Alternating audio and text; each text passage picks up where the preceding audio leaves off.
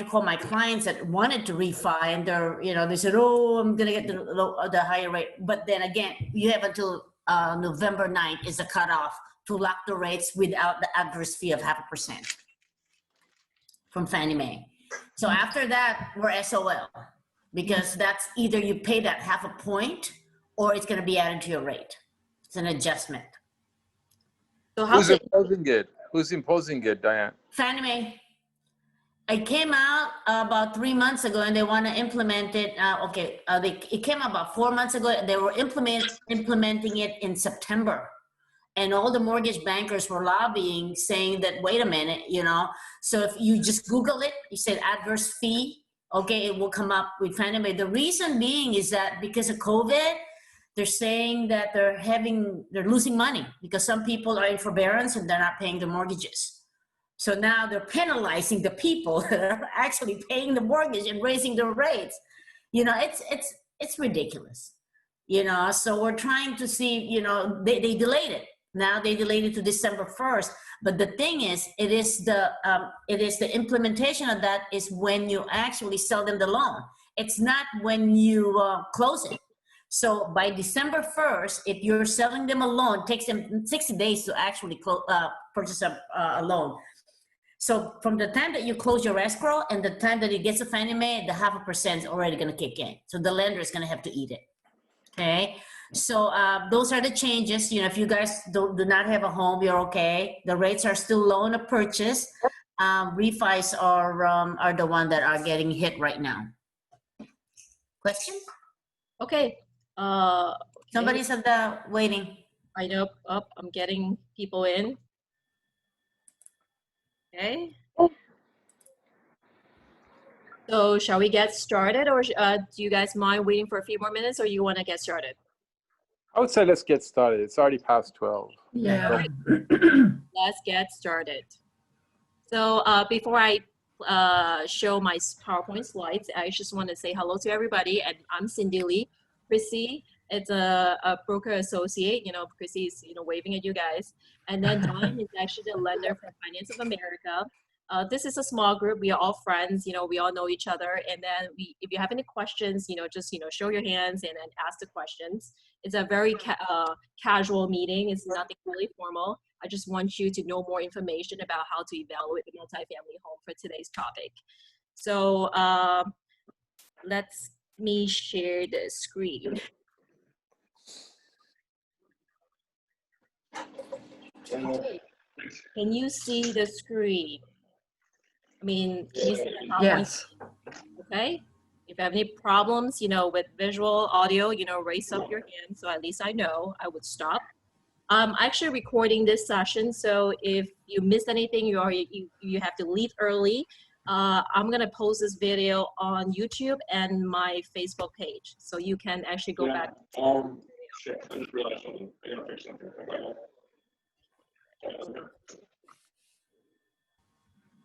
Okay. Oh, Christian is here. Okay, let's see. Hi, Christian. Okay.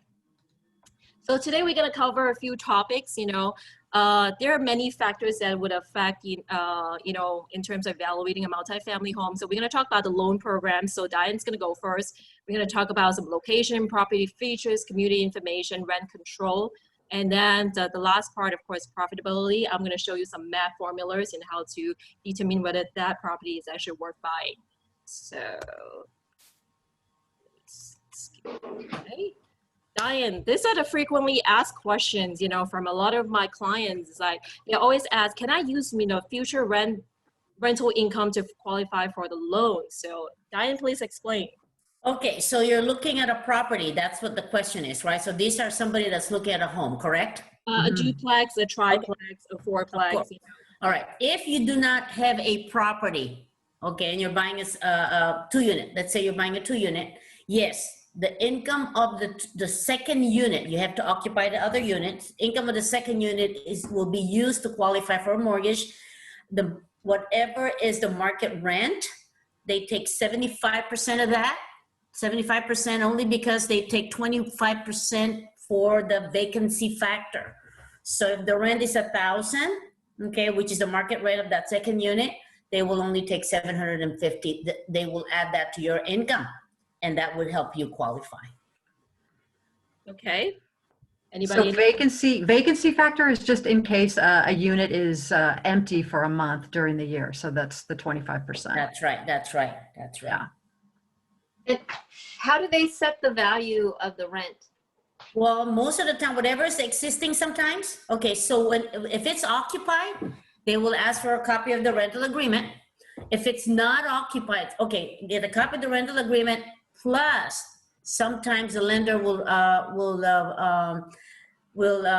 ask you to get a rent survey from the appraiser.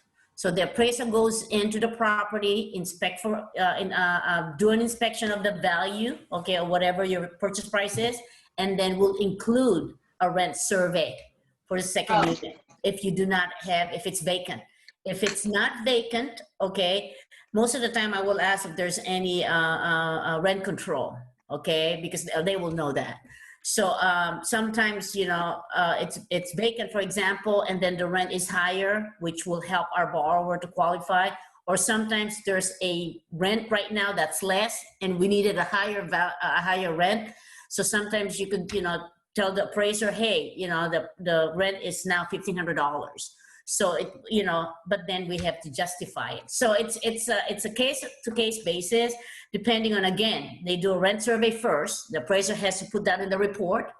Whatever you have existing will have to reconcile. The appraiser will reconcile whatever is existing to the rent survey that is within that location. Okay. So if it's occupied, do you still follow the 75% rule? Yes, all the time. Oh, All oh. lenders will do that all the time. Right. But if it's empty, then they have to do a rent. Rent survey and whatever's the gross rent, and then they take 75%.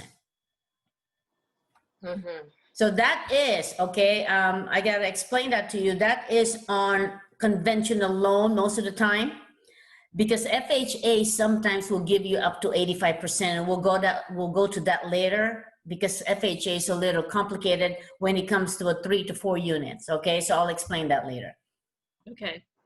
So this is just a general information. When it comes to rental income, they always take 75% to be, you know, to be conservative. Great. Next question. Next question, you know, people always ask for what is the down payment for a duplex, triplex, or fourplex? Is that going to be a different down payment for different property types? Yes. Okay. The minimum down payment, let's talk conventional, because there are 2 types of loan, you guys. So I don't know how informed our viewers are right now regarding real estate. So there are 2 types of loans that we can have, which is a conventional and a FHA. If we do a conventional loan, which is a Fannie Mae, Freddie Mac, which I've already, you know, talked a little bit about Fannie Mae and Freddie Mac, the minimum down payment on 2 units, okay, I was trying to play with it because back in the days I could do 10%. Now it's 15% is the minimum on a 2 unit. I gave Cindy a side-by-side estimate of how, you know, how the payments would come up to. So of course, I'm sure everybody knows that there are loan limits on a 2nd, 3rd, and 4th units. So 2 units, 3 units, and 4 units have maximum loan amounts when it comes to a Fannie Mae, Freddie Mac loan. So just to give you an example, okay, on a conventional purchase, for example, okay, this is on a high balance. We'll look at the high balance. 980,325 is the maximum. So if you take that and you divided it by 15%, you will come up with a purchase price. So that means that you could go up to $1.153,323.50, $1.1 million purchase on a 2 unit, having to put only 15%. Okay, so that's what I did. In that way, we could maximize. What was that? Oh, I was just trying to understand the numbers here. So for you, Let's go with the 2 unit first. So you see how the 2 units are 980? yeah. So that's on a high balance, which is LA County. Okay, so if you do 980,325, which is the max loan amount that's allowable, you just have to divide that to 85%, and it will give you the loan amount that you would go with. You know, people will come to me and say, I'm buying a 2-unit, Diane. If you're telling me that I can only put 15% down, what would be my sales price? I'm telling you right now, it's 1.153 point whatever $1 million of a 2-unit property that you're going to buy. So you're going to keep it at 1.1. Otherwise, anything above that is dollar for dollar down payment, because the max that the Fannie Mae Freddie Mac will lend is $980,325. So that's the most they'll lend for a 2-unit is 980. Yes. Oh, okay. Yeah. So that's Fannie Mae Freddie Mac. This is a conventional loan. All right. And now you got to put 15%. If you go to a 3-unit, guys, so now you look at the loan amount, 1.184925. Don't ask me how they come up with that stupid figure. Why can't they just round it off, right? So it's 1.1884 point, 1.1 million. So again, you take that to a certain percentage. Now, on a 3 to 4 unit, you're required to put 25% down. And I'm talking about owner occupied here, okay? We're not talking about investors. So it changes the down payment on an investment unit purchase. On a owner occupied purchase, 3 to 4 unit, you will be required to put 25% down. So you take the maximum high balance limit, you divided it by the 75%, and you come up with a purchase price. On a 3-unit, the maximum purchase price is 1.579 million. On a 4-unit, what did I do? How come I don't have the 4-unit? 1.4, right? 1.4. 1.472. Okay, hang on. So we divided it by 75%. So we're at 1.9 million on a 4-unit. It's not bad though, guys. If because if you're occupying a property, okay, and there is a positive income, okay, I think 25% is not bad as a down payment though, on a 4-unit. Question, Diane. So is the 15% applicable to even just the conforming limit? Let's say it's only the property is only maybe $680,000 for a duplex. They still need to come up with a 15% down. Yes. A conventional. So there's no exception. Yes, that is the minimum requirement on 2-unit. So either way, either you buy 2, either if it's less than, if the 2-unit is 500,000, you will still be required to put the 15% because that's the minimum down payment required. That's a good question, Cindy. Very, very good question. Happen, during COVID, or when did the 15% actually happen? You know what? I really don't do a lot of units. That's why, I keep trying. Normally, Freddie Mac will give us a leeway at 10% before the 2008. Okay. It's weird because right now I could not price it as a 10%. I've been trying. I changed the guideline to Freddie Mac and it won't do it. It won't do it. So, so we got to keep it at 15. What about FHA? Would it be the same too for FHA? That's a good question, Cindy. So now, guys, FHA is a government funded loan, okay? FHA on the 2-unit, okay? FHA 2, 3, and 4 units, you can get away with 3.5% down payment. Wow. That is really, really a great purchase. That's more appealing. So if you go, I'm sorry, Cindy? I say that's more appealing than 15-25%. Yes, exactly. Now, 2 units on FHA is the same loan limit as your Fannie Mae. So you go to that same maximum loan amount, and then you just go 96.5 above that, and that would be your purchase price. So if you look at the FHA, let's go do an FHA 2-unit, okay? Because it's very appealing to you guys. So if you go 980,000, you're gonna have a loan amount, same thing as you do 96. So you take 980,325 divided by 96.5% because you're putting 3.5. Your maximum loan amount is 1.015. Okay. Now, if you look at that, did you see that purchase price right there? 1.015. Cindy has the arrow there. That will be your maximum. I'm sure there's a lot of 2 units that are probably less than that, huh? What about Cindy and Crissi? What do you think? Yeah, we Yes. saw a So you- lot of properties less than that price, so that's why. Exactly. So Something- this is very, very attractive to everyone. You know, if you guys are thinking of, you know what, I want to be able to not pay my mortgage and just have my tenant pay my mortgage, I'll do it. So look at the if you go 1.015, look at your mortgage, $6,099.60. So I don't know, with that price range, I don't know how much the other unit will rent for. So, you know, I don't know. Have you seen any of that, Cindy, in the market? Maybe renting for. Yeah, it just depends on what location. There you go. It depends on what location. Yeah, it could be anywhere from 1,500 to 3,000. Okay, there Maybe, you go. yeah, There you and go. 4,000, depending on the bedroom count. Yeah. There you go.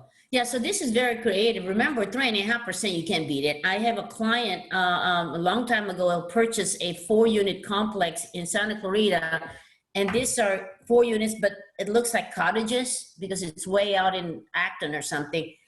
Boy, you know, he's raking money on that because he's renting it to producers that, you know, that would want to be away from the city, and, you know, he's not paying any mortgage at all.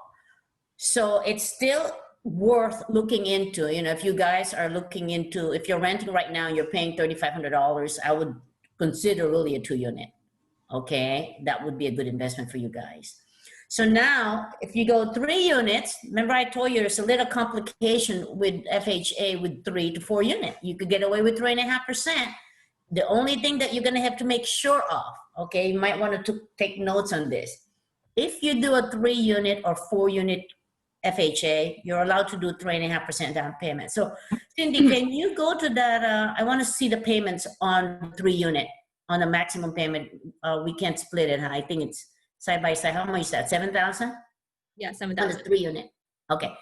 We have a $7,000 mortgage if you do the maximum loan amount, right? What FHA is looking for is the total rent of the 3 units. Okay, you take 85%. So this is where I'm telling you about the 85% versus the 75 vacancy factor that Fannie Mae is looking at. So you take 80. So for example, there's a 3-unit that has a total rent of $10,000. Let's just say that. So FHA will take $10,000, which is the total rent of all 3 units, whether you're occupying the, because you're occupying the other. Some people say, well, wait a minute, Dianne, you're taking all 3 units, but I'm occupying the 3rd unit, but you're using it as a rent factor. That's how FHA is, so it's complicated. So you take 10,000, you multiply that by 85%, you're getting 8,500, correct? Yeah. Right. So see, 8,500 is more than $7,300, correct? Now you're okay to put 3.5%. But if the payment doesn't equal your PITI, you have to keep adding to the down payment to make up for the $7,300. If the rent is only $7,500, let's do the math, times 85%.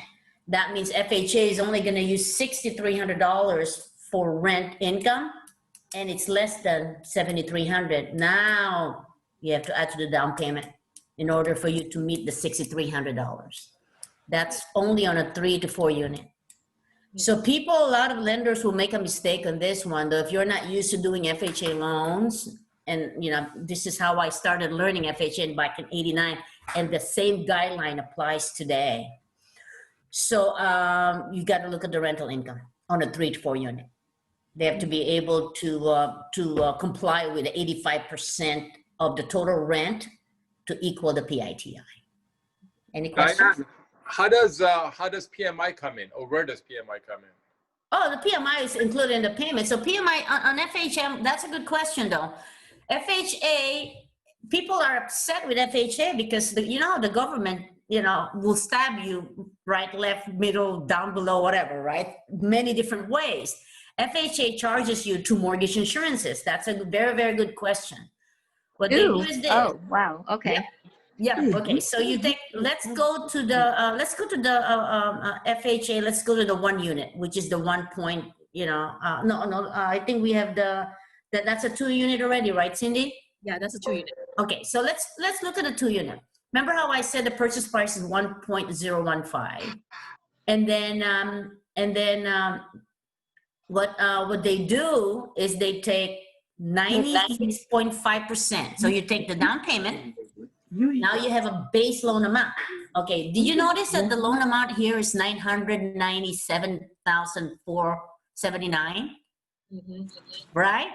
That's not 96.5%, right? Because 96.5% of that I was telling you was 980,325, which is the maximum loan amount on FHA, right? And on Fannie Mae.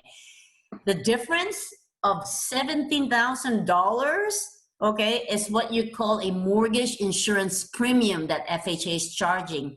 It is 1.75% of the base loan amount. So this is how you do it. You take the 96.5, which is 980,325. You multiply that by 1.75. You add that figure back to the 980. That's how you come up with 997,479. That's the first mortgage insurance premium. Very, very expensive because remember how we're already putting it 3.5% down, and they're charging you back 1.75. Hey, you lying with daddy long time, huh? Okay, so now on top of that, look at the payments. There's $849.27. Cindy could point out to that. It says mortgage insurance $849. Now, you said, you know what? Where did that come from?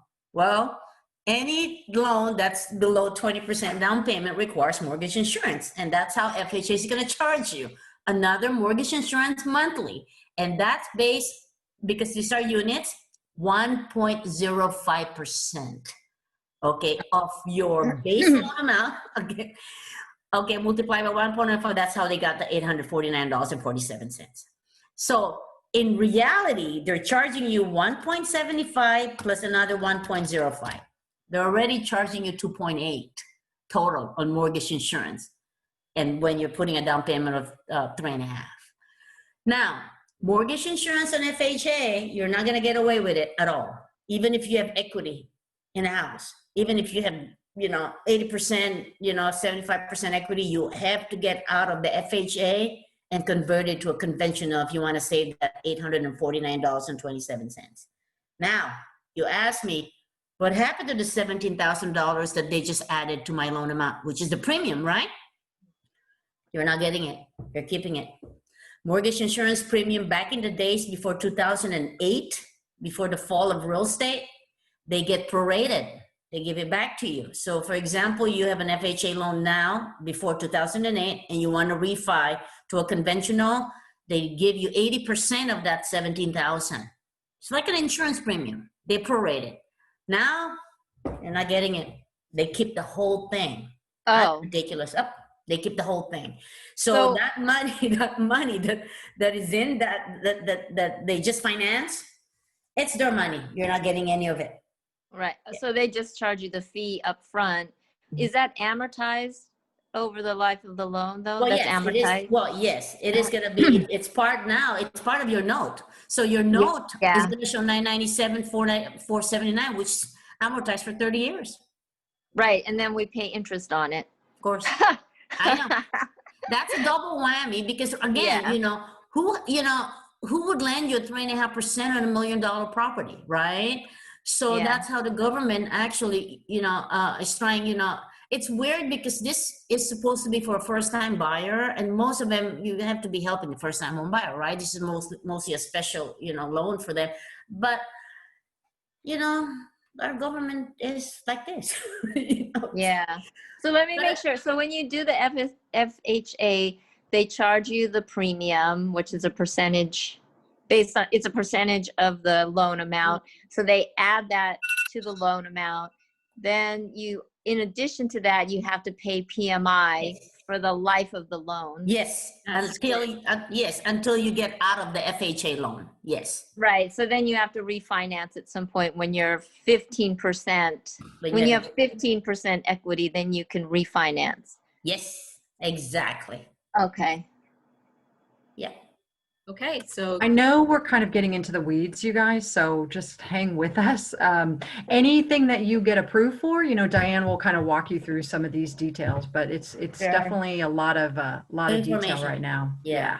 last question for the loan. So before we move on to the next part is, do we need to have reserves? Yes and no. Okay. What I'm noticing, okay, FHA on 3 to 4 unit will probably require you 2 months. We normally have to put that on our DU. Okay. Because you live in the property, it's all owner occupied. So once you have a good FICO, okay, they might not require any reserves at all. So it's all case to case basis. Okay. So And you what need about to live in conventional? the home, please, because it's owner owned. Okay. But what about for conventional? So do you have to have reserve for conventional ones? For conventional loan, it's case to case basis though, Cindy. I've run into DUs that does not require reserves. On a 4 unit, they will require probably a minimum of 3 months on a Okay. conventional. And this is all owner occupied. Yes. Okay. All right. So Crissi is gonna Cool. go over some of these the location part. So when we pick a property, location is very important. Okay. So Crissi. Yeah, so when you guys are looking, if you do want to do an owner occ, like a, 2, 3, 4 unit, there's a few things that you can look for to kind of make a little bit of a smarter choice. They're important for resale and for ease of renting. So it's definitely something you want to keep in mind. So the first thing is location in the neighborhood or in the area where you're looking. If you're in some areas, you'll probably get a little bit more appreciation. Areas that are up and coming, areas that have rail, areas that are maybe have developments, things like that. Those are a little bit better as far as getting some more appreciation. Another thing you definitely want to look for is something that's walkable.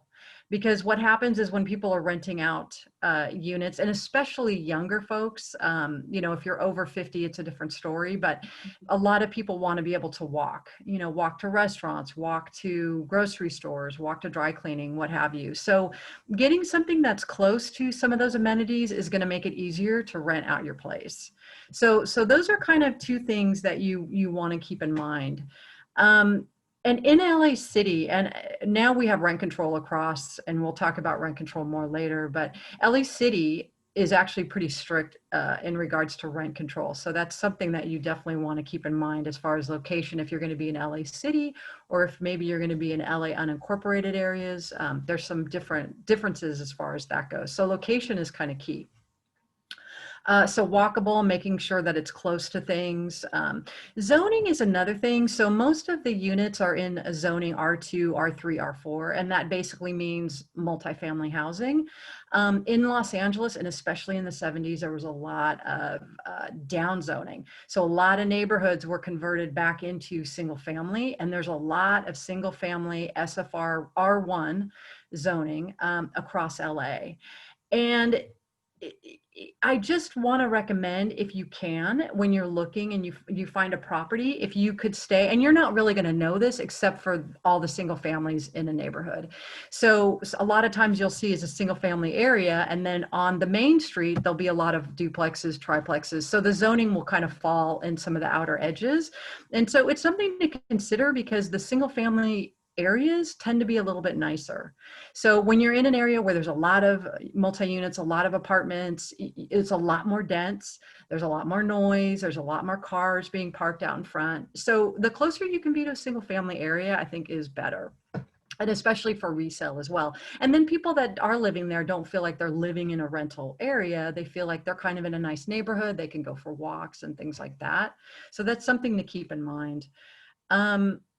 Property tax in Belarus, those are just some of the taxes that you're going to have to pay. So I'm not sure. Yeah, whatever location you're in, you're basically paying property tax or Belarus. I mean, I guess it just depends if you're in a complex, a gated community that has, well, I don't know if they would have duplexes in there, but anyway, property tax in Belarus. Cindy, did you have a specific reason why you added that? Yeah, I add property taxes. Just want to let people know that some of the newer locations, or not to say like super new, but they tend to have a higher property tax rate than that is a community that's already developed. So when you go to a store asking for, hey, I want to go to the Far East, some of the inland empire locations like Rancho Cucamonga. So yeah, because right now we can actually have like a single family home, adds on some ADUs, but then your property tax is so high, so it's going to eat into your profit margin. So just be careful when you choose the location when it comes to like property tax. So a lot of people don't. Okay. Some locations do have like 2% property tax, not just 1.25. Right. Okay. That makes sense. And then the other thing to keep on the lookout is school districts, and that's going to be really important, and the ratings. And mostly, you're talking about South Pasadena, Arcadia. Some of these cities have really good school districts. That is always going to get you a good tenant. But there's a lot of like elementary schools. So for example, Ivanhoe and Silver Lake, if you're in the Ivanhoe school district in Silver Lake, that's a little bit more desirable than some of the other areas. So you definitely want to know what school district you're in. If it's elementary, if it's got a good elementary, middle school, high school, those will definitely help you in the long term. And also too, when you buy properties in some of those areas that have really good school districts, like Arcadia, South Pasadena, La Cañada, I think Glendale North has really good school districts. You'll be able to get a higher amount. You'll be able to get a higher amount, and you'll also be able to stave off some of the downturn if there is a little bit. I mean, I know prices are kind of rising a lot right now because there's not enough inventory, but if you're in an area that has a really good school district, your downturn is not going to be like some of the other areas that don't, because you're getting a lot more people interested in those neighborhoods that have kids. So it increases the amount of tenants pool that you have. I just want You to guys add have on. any? Yeah, go ahead. Sorry. I know a lot of people have been asking me about buying properties in the Inland Empire. I just want to, bring the question back to Dianne. I just want to let you know, different county have different loan limits. Guys need to actually pay attention to that. You cannot use the LA loan limit to buy something in Riverside. It's not going to be the same. So Dianne, can you explain a little bit? Well, you actually, you actually can Google it if you don't want to ask me and say, oh, I don't want to ask Dianne. And so you could actually Google it on like San Bernardino and all that. So every single limit, every single county has different limits in their loan. So you got to be careful with that. But most of the time, FHA and conventional will actually give you the same loan limit in counties. So like Los Angeles County, you see that they're the same. Okay, FHA conventional are all the same. San Bernardino, I think Riverside and Kern starts with 510, 400, and that's their high balance. Yes. So you got to be careful where you're buying. So most of the time, call Cindy. That's why most of the time I say, Cindy, what county is this? What county are they buying? Because a lot of people I noticed right now are moving out of LA County and going to either Rancho Cucamonga, what is that other area? West Covina. There's Chino Hills. It's San Bernardino County, and Chino Hills homes are very, very expensive. Yeah. And the maximum loan amount is 510, I think 400 on a high balance. Anything above that is jumbo, and guys, jumbo loans are a pain in the butt right now. Yes. So it can be done, but if we could keep it at a conforming, that would be better for us to get you a loan quicker. Okay, great. Any questions so far? Because we've been covering a lot of topics. You have questions, stop me, because if not, we'll just keep going. Yeah, the jumbo loans. Can you tell me what's the difference between a jumbo loan and a regular loan? Okay, jumbo loan is actually a private investor. Okay, so you have Fannie Mae, Freddie Mac are the maximum loan amount of Fannie Mae, Freddie Mac is 765, 400. Okay, anything above that, a penny above that, okay, is jumbo, and it's a totally whole new different guidelines. The rates are actually better, okay, because it's a private investor, but the qualifying guidelines are actually very stricter. You can't go anything over 42% debt to income ratio. Sometimes you can get a gift, okay? You're gonna have to have a minimum FICO 720. You are required to have a minimum reserve of 9 months, PITI. Wow. You gotta be in your employment for 2 years. If you're self-employed, they look at 3 years taxes. So it's a lot of different, it's totally whole new different ballgame. So if you choose that route, you and I have to talk, okay? Yeah. But that's a difference, loan amount. Anything above 765, 400, a penny above that is jumbo.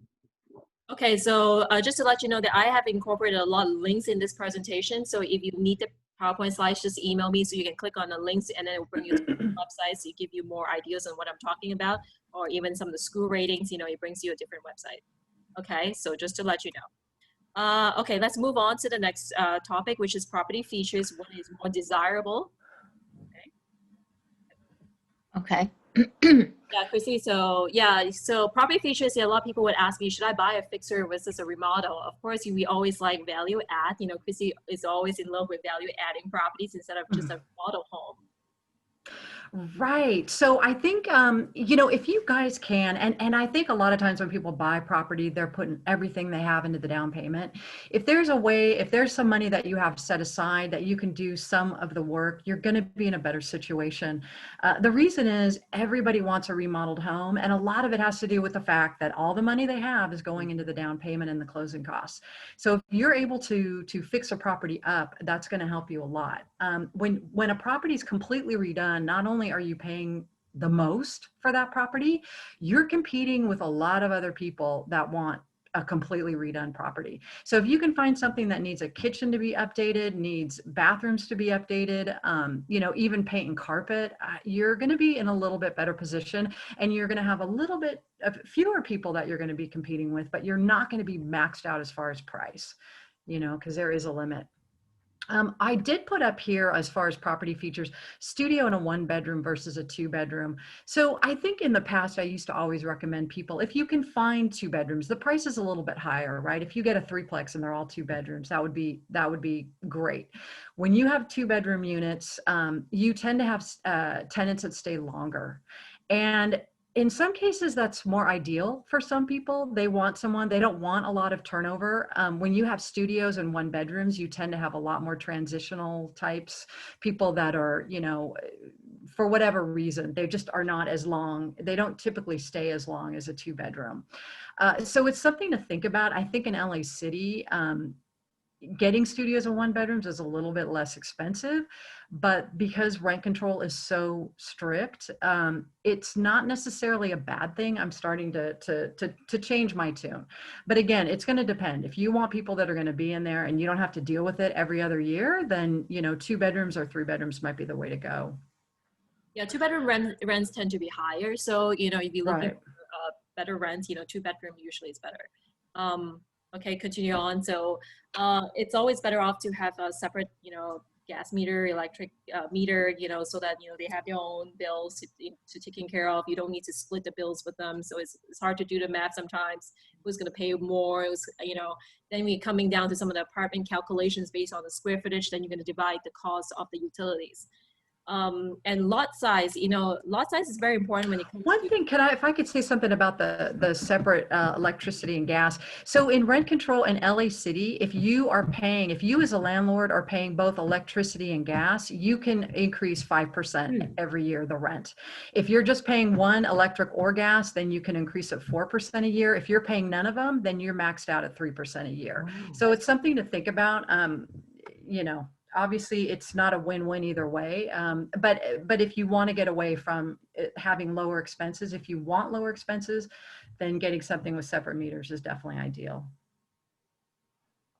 Any questions so far?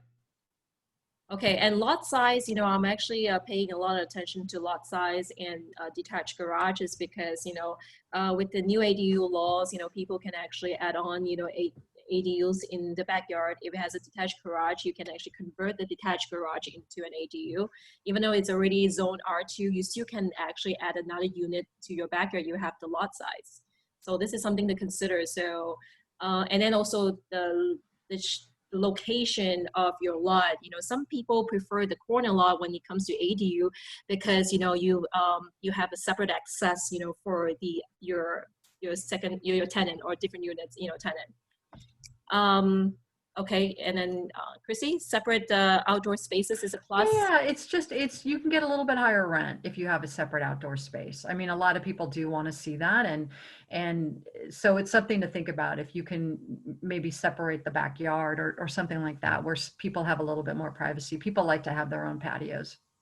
We have seen this property, in Monrovia. They definitely have like the separate backyards. Remember, the 1313 Primrose. So people like the fact that, you have your individual backyards. You don't need to share with your tenant. Yeah.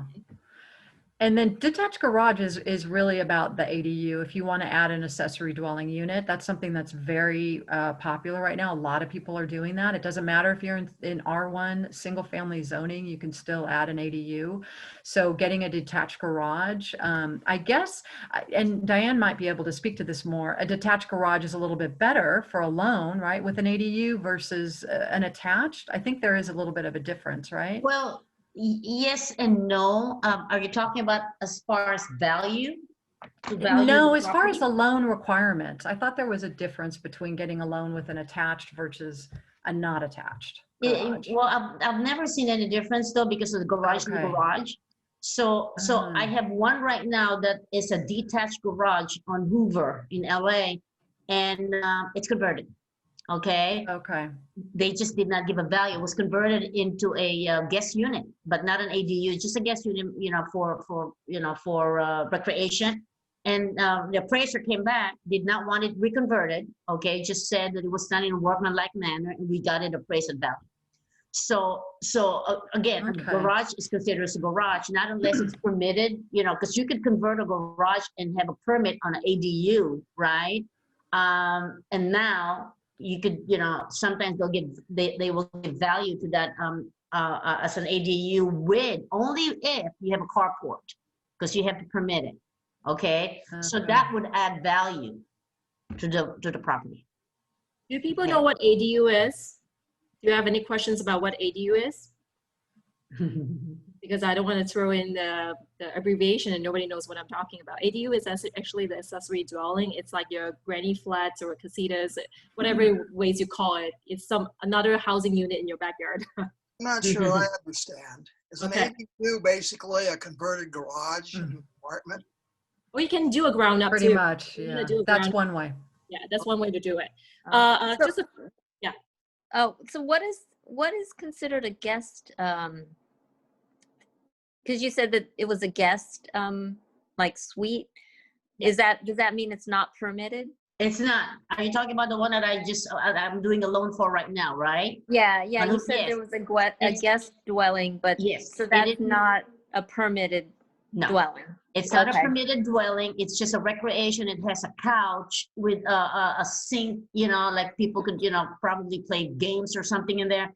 It was really They done. call it a rumpus room. Yes, something like that. Rec Yeah. room. Yeah, something like that. And I was surprised because it's an FHA loan, and it took the appraiser an extra 2 days to actually give us the report. And I was thinking, oh no, he's gonna ask us to convert it back into a garage, right? Because there's no carport.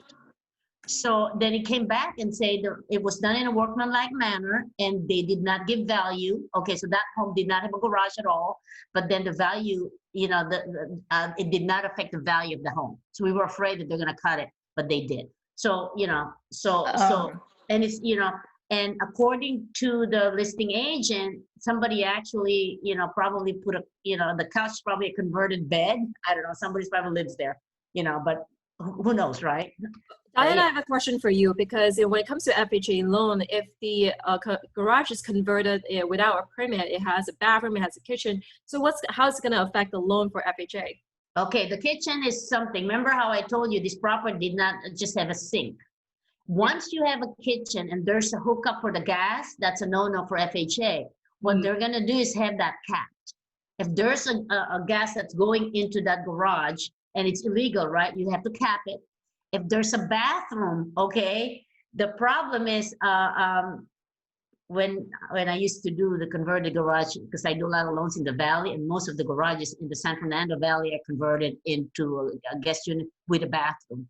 So what I would tell them is conceal that bathroom because it's like a little, a toilet. Said, can you put boxes there or something and make it a storage? Because most of the time they will ask you to reconvert it back into a garage. Okay. Really? Once there's a functioning bathroom and a kitchen, that's, people are like, the FHA, the inspector's going to say, you know what, this property is going to burn or it's going to flood. So they're always looking at safety with FHA. So back in the days, I haven't done any right now that I would have them to put boxes there to pretend that it's a garage, right? It's a garage. but I haven't done it yet. But back in the days before 2008, I will tell my realtor, you know what, put some boxes there, and so when the appraiser opens it, there's no kitchen, nothing. It's all boxes, you know. Yeah, so it's, you know, it's something that these are tricks that some lenders will do. But that was back in the days. Now you're gonna have to actually cap those gas. And the bathroom, they will probably ask you to reconvert it back to a garage. Wow. The Okay. boxes no longer work to cover it up. I know I don't know.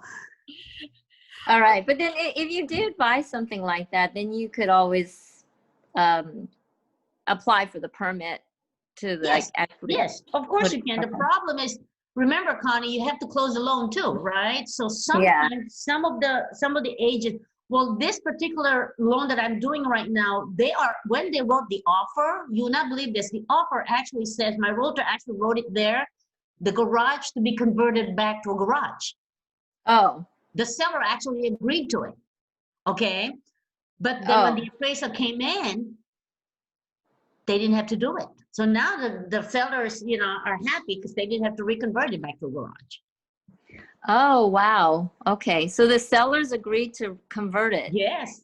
Yeah, because they knew it was an FHA loan and they were afraid that FHA is going to require that. But we were really, really surprised that appraiser just went there and said the garage is converted, no permits, but it was done in a workmanlike manner, no value given. That's it.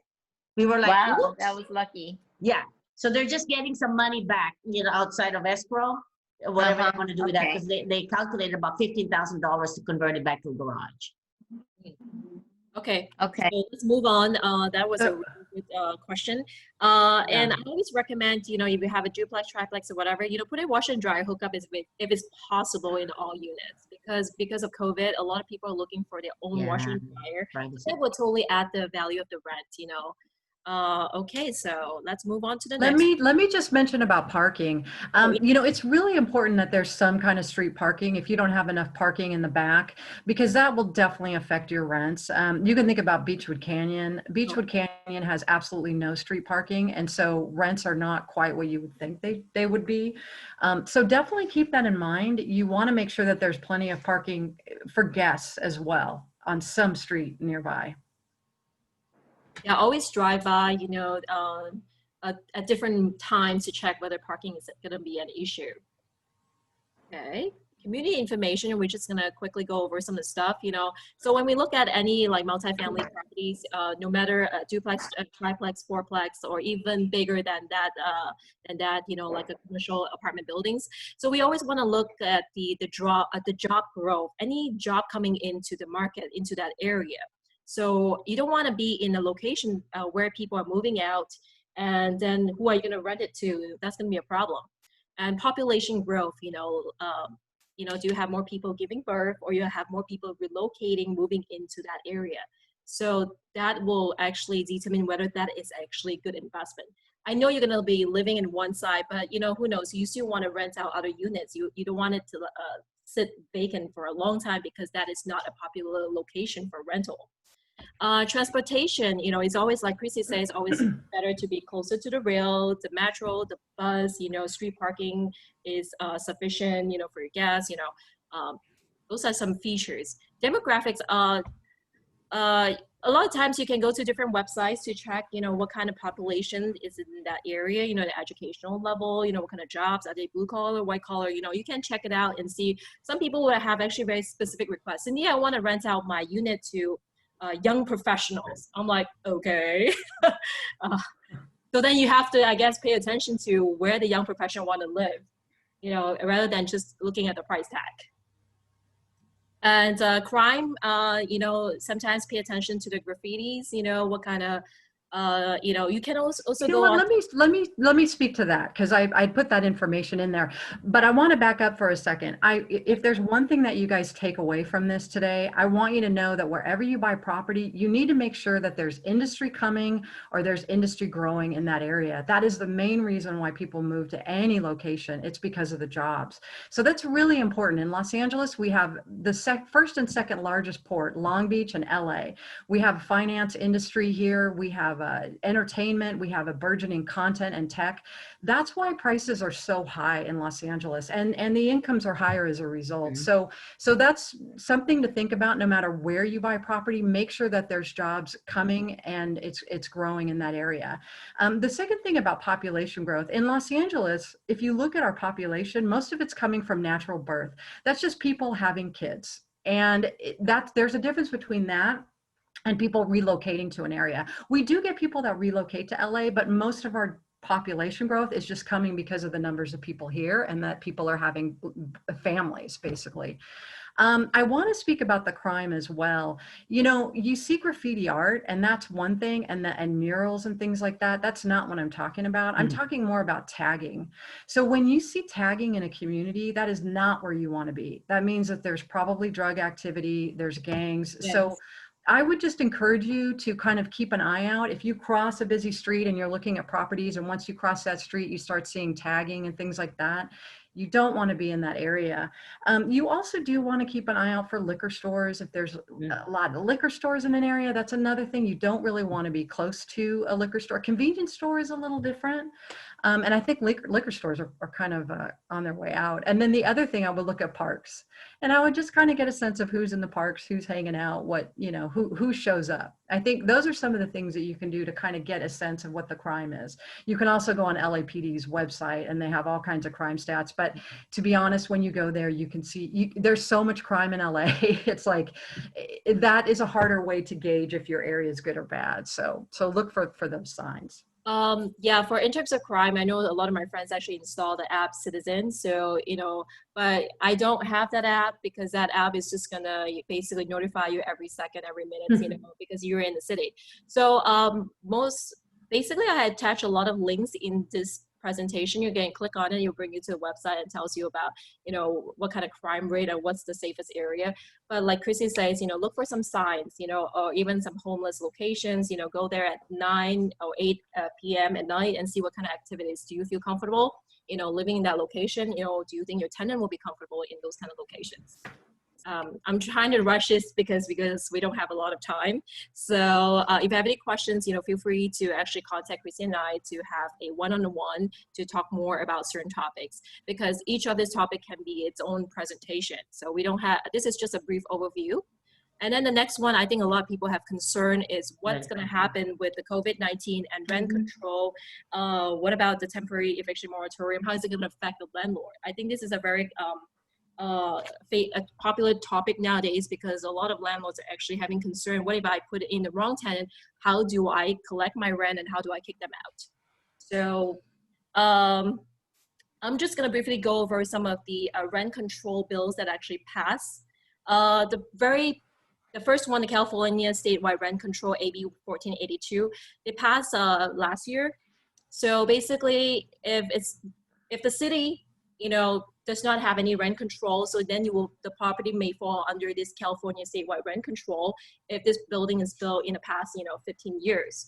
So what you can do as a landlord, you can raise a 5% annual rent cap plus inflation. But I just recently checked the inflation. I realized that we can't quite increase a lot of rent right now. I think most, you know, in the past, you still can do it about 8% with the inflation, but now it's actually closer to 6% because of what happens in the economy and things. So be careful when you're going to raise your rent, because you can only do it once, you know, every 12 months. So let's say you want to raise your rent, not right now. Of course, you can't raise your rent right now. So when everything comes back to normal, you know, you want to raise your rent.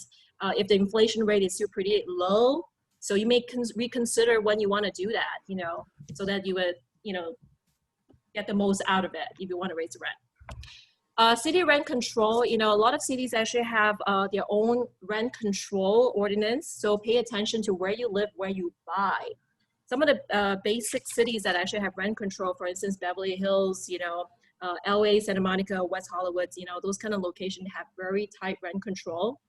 So I actually have a website. Click on the city rent control, then we'll bring you to the website and explains to you what cities are doing what.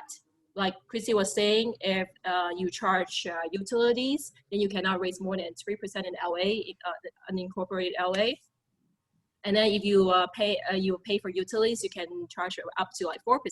So this website will give you a very good idea on where your property is and what you can charge, what you can do in terms of rent. Okay, so this is a really good website for you to refer to. And then to check whether a property is actually under rent control, if it's in LA City, you can go to this Zima's website. So to check whether the property is actually a rent control property before you purchase it. And then quickly jump onto Proposition 21. Do you guys know what Proposition 21 is? Anybody heard about Proposition 21? Okay, Proposition 21 is something that you guys need to pay attention to if you're gonna vote, because Prop 21 may eliminate vacancy decontrol. You know what it means by vacancy decontrol, which means that your tenant moved out, then you can actually charge your unit at market.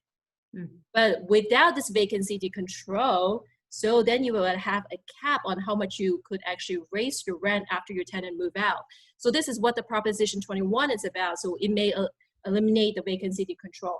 But I am not an attorney, so I am just giving out some information. That's a link, you know, to the ballot. So please read it over to make sure that you understand exactly what it means before you say yes or no to this proposition, because it could actually affect single family owner, condo owner as well if you own more than 2 properties.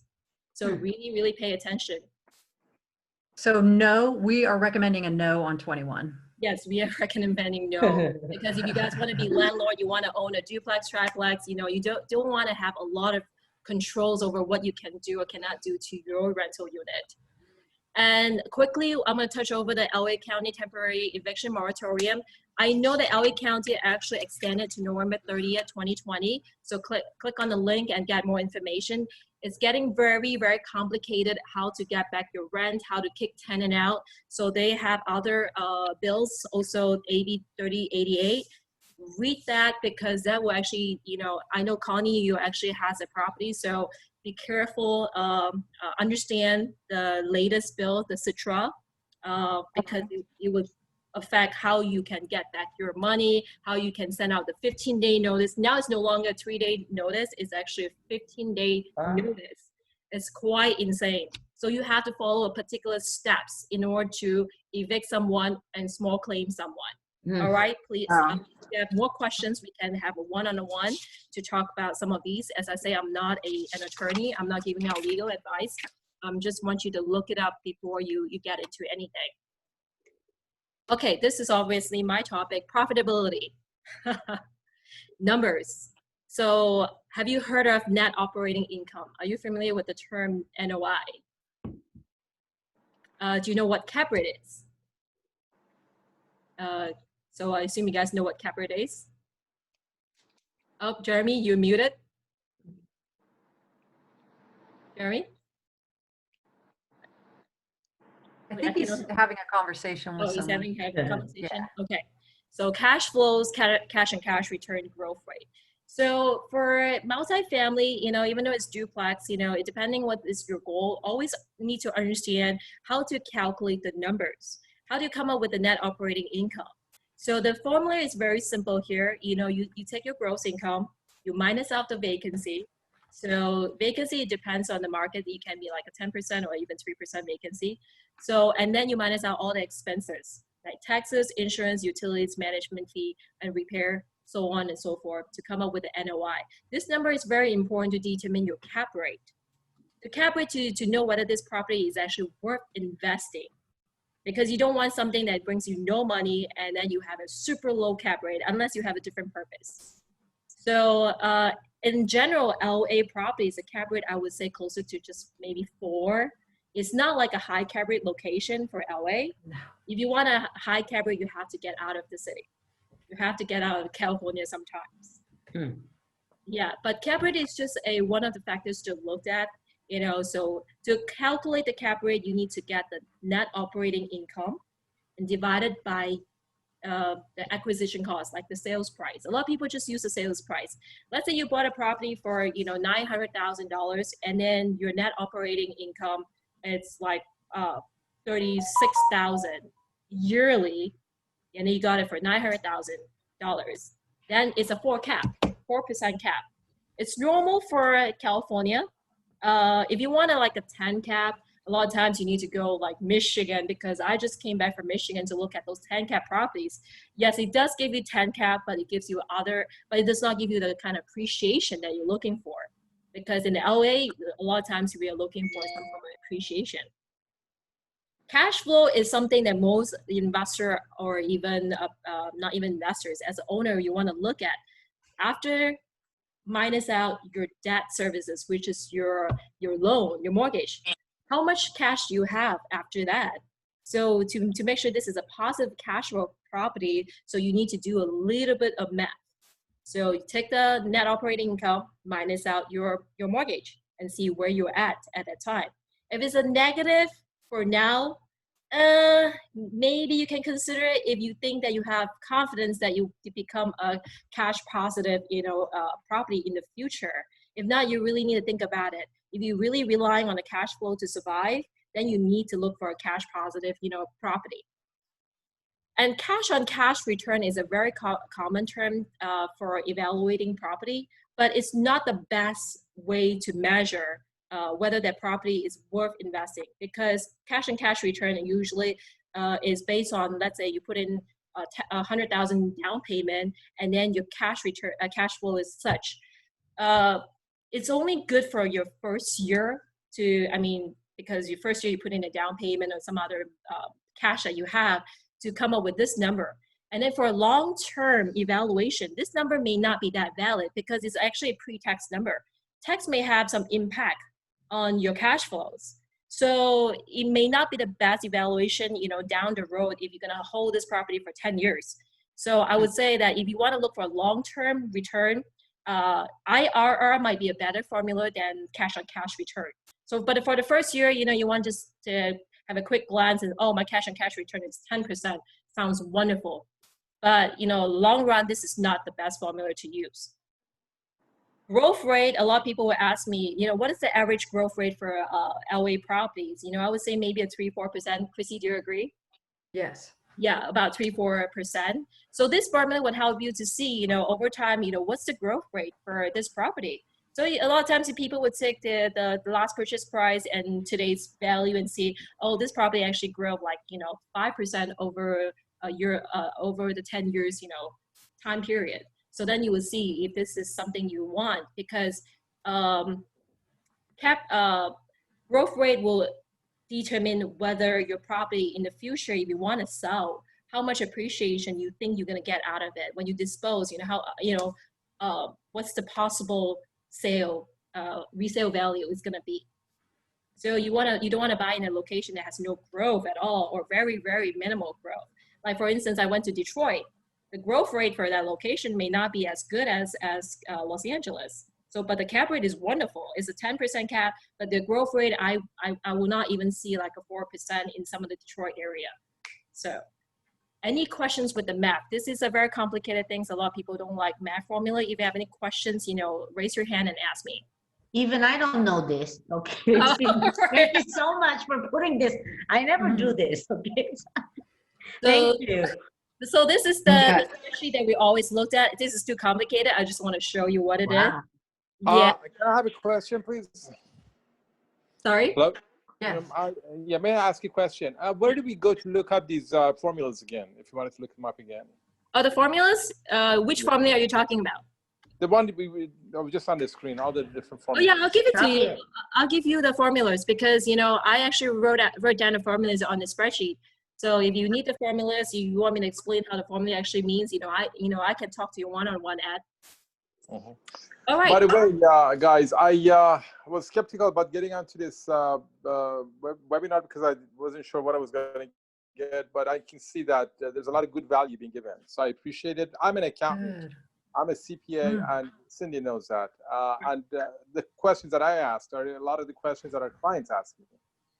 So of course, I will send my clients to you guys when it's appropriate. But yeah, if you could make these sources available to us, I would appreciate it. And I put my information in the chat. So if anybody needs to contact me, I already put it in the chat. Cool. Thank you. Thank you. Okay, Q&A time. I know we gave you a lot of information. If you want to ask me anything, ask Crissi or Dianne any questions about the loan, about the locations, feel free, raise up your hand, speak up. Anybody? No questions. So we have done a very good job then. You've done a very good job today. Well, I asked all of mine, so I don't know who else has questions. Jim, do you have any questions? Jim? Disappear. Oh, Hey. I have one question. The source of those formulas, did you take them from any particular textbook where the rationale for those formulas are given? Say it again? Everybody uses them, so they're pretty standard. From any particular text where the rationales for their construction is given. I mean, their background, the reasons. I mean, some of it, take this growth rate formula right here in front of us. I mean, what were the assumptions behind its construction? You know what I'm saying? Gosh, one thing about all these numbers, they're heavy math. So there's got to be a reason why, but yeah, I wouldn't know. That's what I'm saying. I was wondering, tell me where the justification for these formulas comes from. I mean, if it were me, before I'd apply that formula, I want to understand it thoroughly. So, sure. So I'd like to know what it's assuming about the properties involved and the situation in which it's applied. Okay, for instance, like the growth rate, this formula, of course, is a formula. What's the purpose behind this formula is just to see whether that's actually a potential, growth rate for a particular property. So, you don't want maybe a 1% growth rate, over 20 years of time. So which means that property has no appreciation. So that's the reason why we do another issue. I mean, what are we comparing it again? You mentioned Michigan, I believe, the growth rates. Yeah, that's why we want to compare locations, So a lot of times in a particular area, for instance, in the past few years, they have slightly different growth rate. Like Crissi says, LA in general is about 4% growth. Like some area, the up and coming location, they have double-digit growth rate. So, but the double-digit growth rates, they already hit the peak, or there's still a potential to continue on as double-digit growth.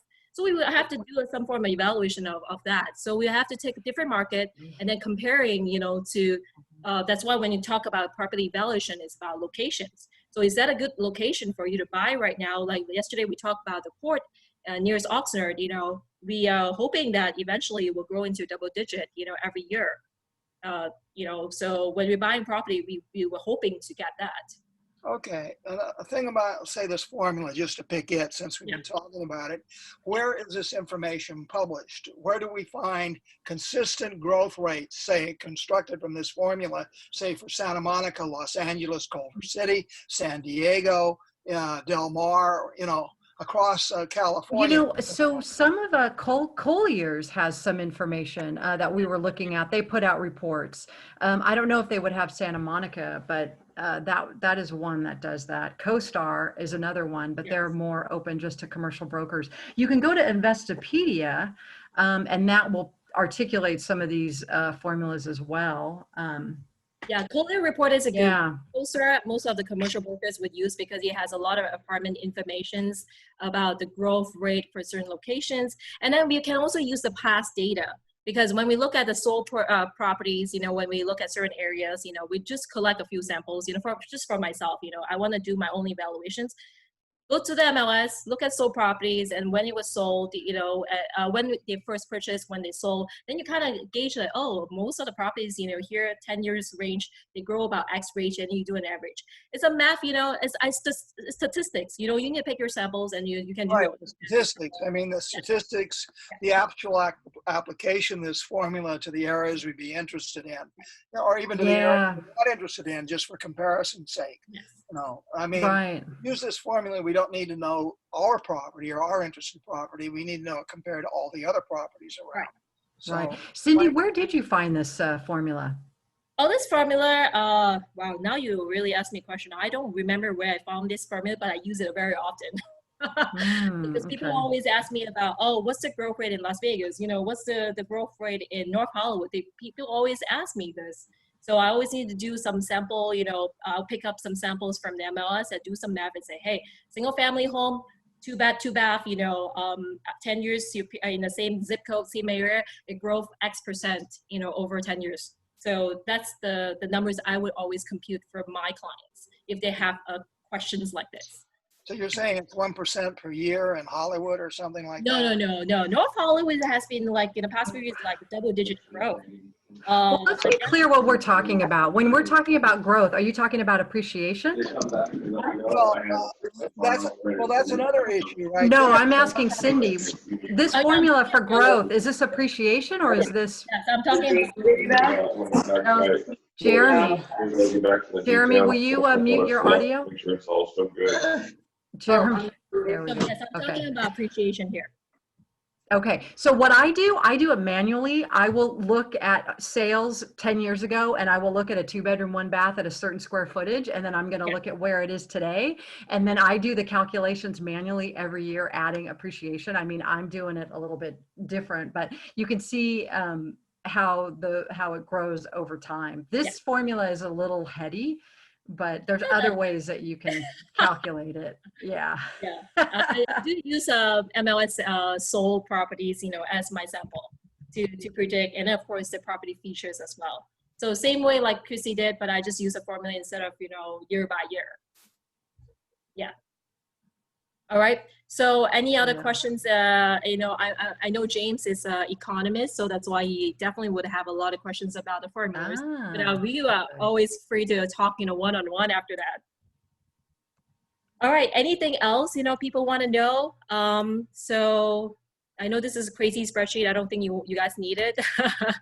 But if not, then these are some of the duplexes in the market. You can see the price point is not that bad, $700,000. This one is in Monrovia. That's a pretty good location. And then that's the Long Beach. Remember I talked about some of the corner lot.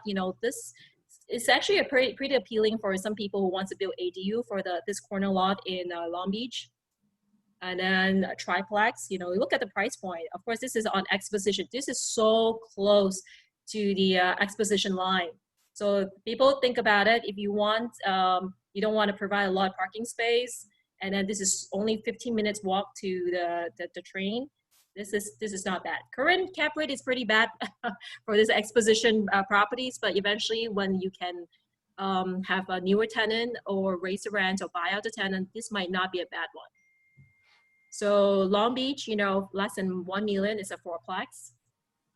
So these 4 properties are actually active listings. Click on the link and then take a look. If you have any questions, ask me. So here, that's our team. Yeah. And our contact information. Anything else? Jeremy, you have anything to say? Connie? I'm good, thank you. That was pretty clear. Yeah, that was a lot of information. Thank you. Shot of each address. What? Okay, got him. And I want to thank you today for your lecture. It's been very informative. Right, you're welcome. Before I let you go, Julia. I think Julia has a question.